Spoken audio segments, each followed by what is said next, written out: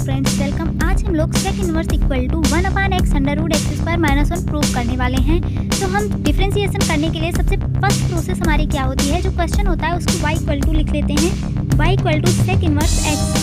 अब यहाँ से x इक्वल टू निकाल लेंगे तो निकलेगा सेक y, ये हो जाएगा। अब इसका जो हम डिफ्रेंशिएशन करेंगे तो क्या आ जाएगा, d over d x equal to d over d y sec y dy by dx। Last में dy का डिफ्रेंशिएशन होता है। ओके, अब इसका डिफ्रेंशिएशन निकालेंगे तो क्या होगा, x का 1 हो जाएगा, सेक y का हो जाएगा sec y into tan y into d y by d x.